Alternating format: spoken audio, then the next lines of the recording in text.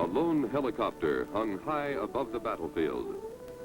A Marine general studied the terrain, the disposition of his troops, the concentration of his own fire and the enemy's. Here and there, he dropped lower to confirm what he'd seen. Then, from his command post in the sky, he talked to a regimental commander, directed him to disengage his forces and commit them to another sector. This was August of 1950, the front in Korea. Helicopters, the hovering, vertical flying newcomers to marine aviation, were plunged simultaneously and for the first time into a dozen different jobs with the 1st Marine Brigade, which faced the enemy on the Pusan perimeter.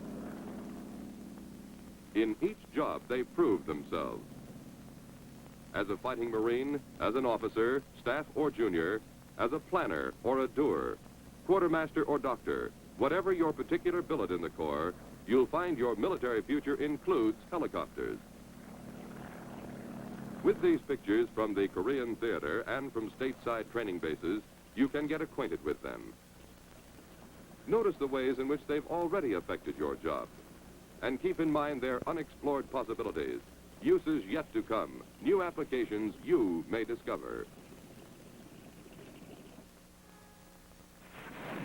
Rescue is one use. It's one the public first heard about. When bomber crews or combat pilots are obliged to ditch, they are seldom able to pick a spot where rescue planes can land. Rough seas or rough terrain often make it impossible for ordinary aircraft to give more than temporary help. But from land or sea, a helicopter can usually let them out.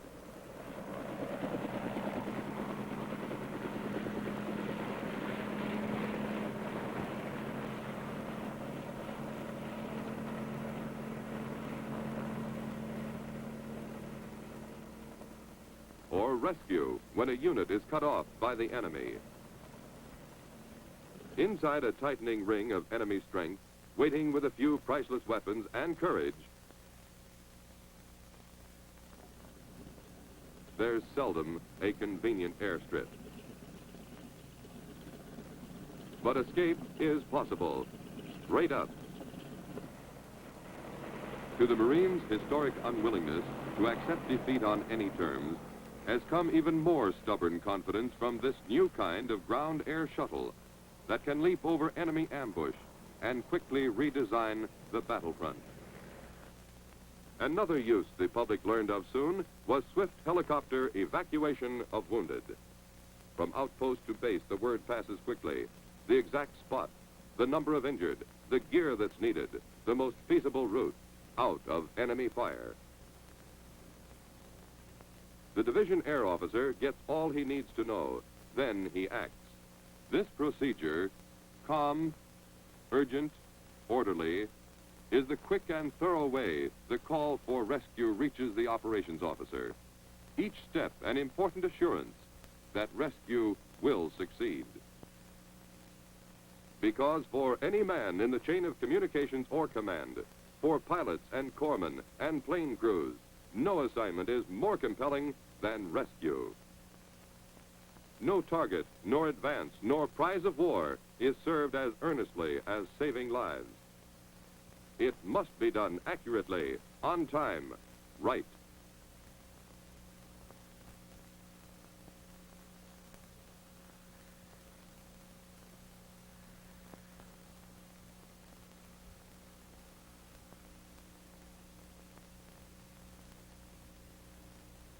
This is the way more and more lives have been saved, at first by nerve and imagination, always by good flying, and by a new kind of airplane that can move straight up and straight down.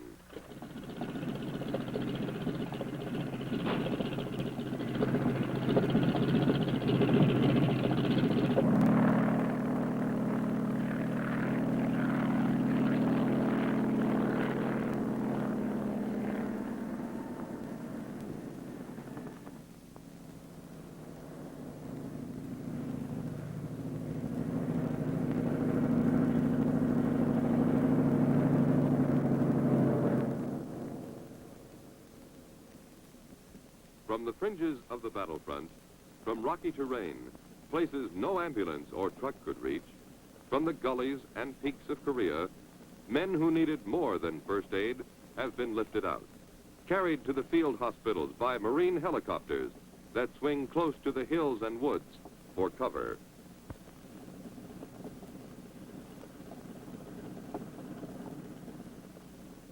In evacuating the wounded, the helicopter is not only a lifesaver, but a morale-building machine. Wherever the combat Marine fights, however great the risk he faces, the helicopter is visible assurance that a hospital is within reach. From the field hospitals and dressing stations, the wounded may be carried a second time, far to the rear or to Navy hospital ships offshore.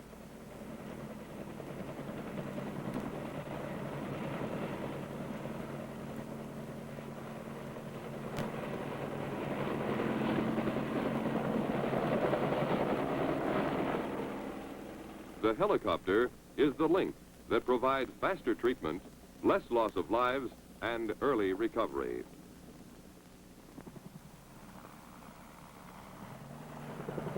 Moving men and cargo is another job.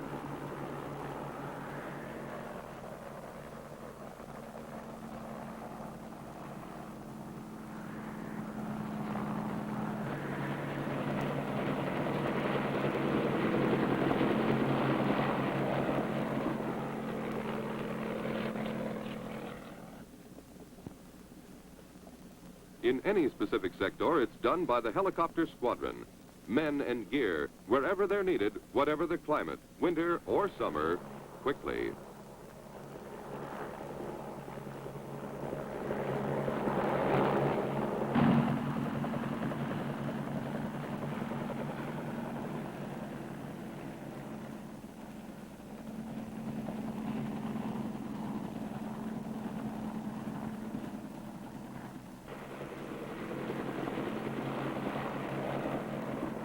No terrain on Earth was designed for the convenience of the infantryman. In any but the simplest situation, you engage the enemy on a front that demands harsh burdens be carried, often by hand, over miles of tortuous ground. Men, guns, ammunition, food, all must take these routes, and all can when the situation requires it to be carried aloft, moving quickly over miles and obstacles. Forward units can be relieved, resupplied.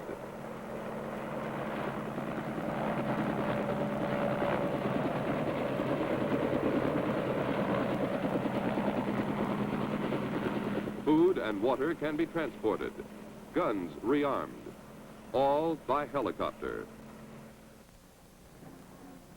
By tradition, laying wire for telephone communications in the field is a slow, laborious process, but it is one that must be dispatched before unified ground action is possible.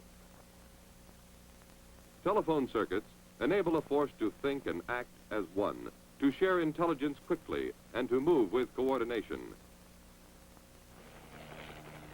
Now, VMO helicopters can lay more wire in 1 hour than was formerly possible in 10. Into a specially designed carrying bag go coils of wire, each about 300 yards long, joined end to end and ready to run. The bag is fitted for attaching outboard on the wire-laying helicopter in such a way that the wire can pay out freely from the center of first one coil and then the next.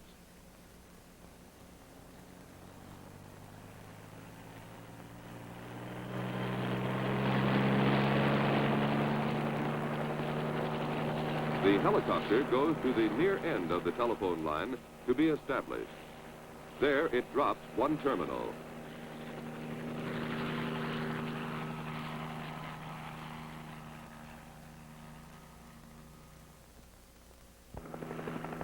Then the helicopter heads for the other end of the line, paying out wire swiftly over terrain no other vehicle could cover. It can make use of trees as natural telephone poles for stringing wire across roadways above the traffic, saving the time required to bury surface-laid wire.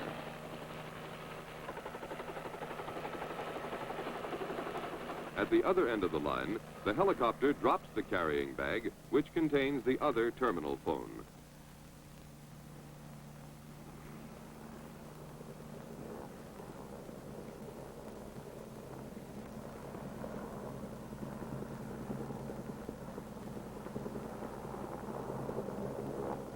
The circuit is established.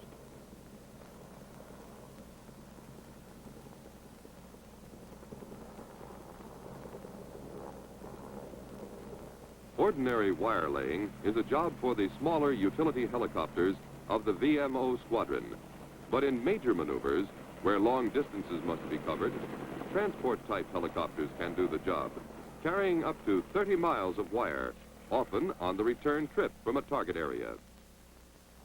There are some circumstances in which a helicopter is a good observation or command post. Unlike most fixed-wing planes, the helicopter lets you take a second look. Its unique ability at hanging motionless in the air or flying slowly in any direction makes it both an excellent platform and, unfortunately, when it is high and exposed, an excellent target. Its usefulness at observation or command is limited by the enemy's superiority in the air or by the nearness of his small arms and anti-aircraft fire. This was World War II, a major assault from the sea, an amphibious force that could strike and hold. This, you understand, was not vertical envelopment, but horizontal attack. Tightly formed waves of small craft, behind them the hulking transports, the warships to pound the beaches. If attacking from the sea is as old as war itself, this kind of assault upon the beaches was new, and it worked.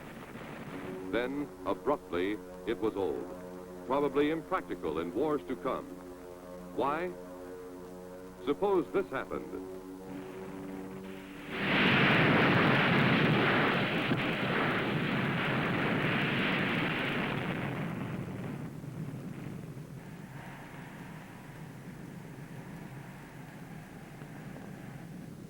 Where is the landing force now? The ideal target of ships, boats, and men that was neatly organized in those few crowded square miles of sea. Destroyed. Dispersed. The cause? One bomb. The weak spot? Concentration. All the eggs in one basket. What's the answer? Watch this one in rehearsal. Not at one point close to the enemy's well-defended beach, but at many widely separated points some 50 or more miles away, aircraft carriers with helicopters, troops, guns, and supplies embarked make their stealthy approach. An hour or so before the assault, the first flight of transport helicopters is brought topside on each of the carriers. As soon as these planes reach the flight deck, the rotor blades, which were folded for stowage on the hangar deck, are unfolded and readied for flying.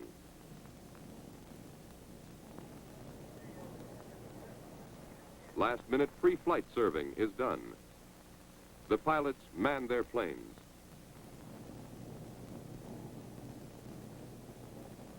The troops are brought to the deck according to plan, fire teams, squads, platoons. With all their hand-carried weapons, they board their assigned planes. It is an orderly maneuver, and it remains so all the way.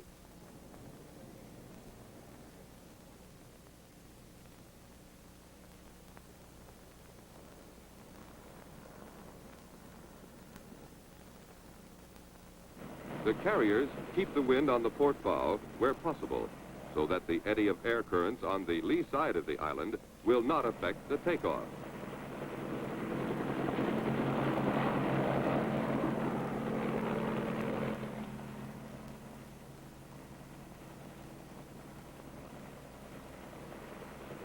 One carrier's helicopters may rendezvous with those from other ships to proceed in formation to the designated landing areas.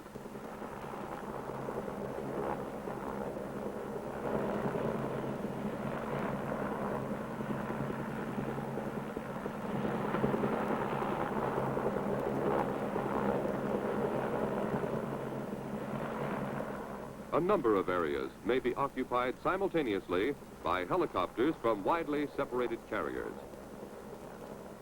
This, then, is vertical envelopment, a big military force sufficient for its job, descending about its objective intact, organized, equipped, in action the moment it touches ground.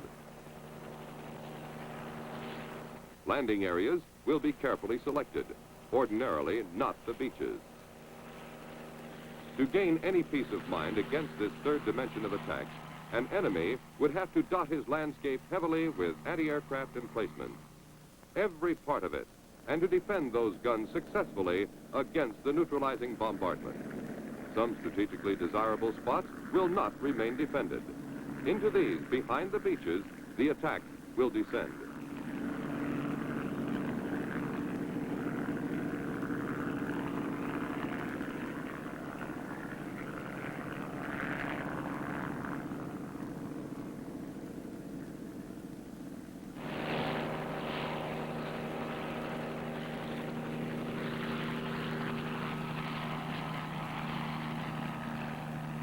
Unlike parachutes, helicopters put their men and equipment aground in pattern. Organization is undisturbed.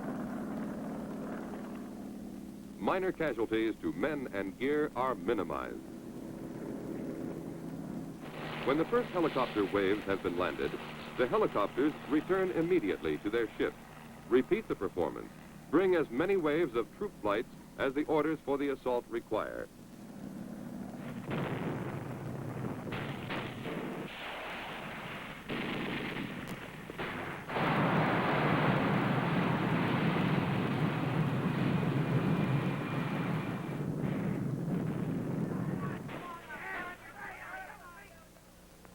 Thereafter, they continue their round-trip flights, but in another phase, resupply.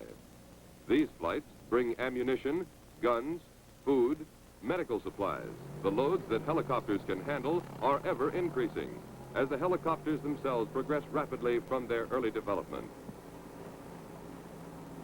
A future plane, now in the planning, will carry a light tank. At present, cargo is positioned in a planned sequence on the flight deck. Some of it is carried internally. Other pieces for speed and convenience are slung beneath the plane. The hook at the end of the cargo wire is released by the pilot as the cargo touches ground.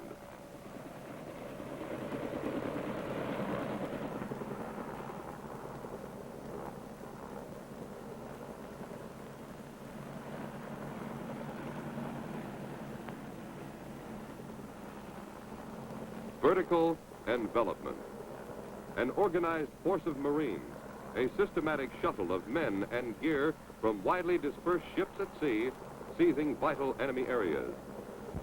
A complete invasion in itself, or a means of securing a beach from the inland side, of averting dangerous concentration and putting down a safe, wide welcome mat for greater forces to come.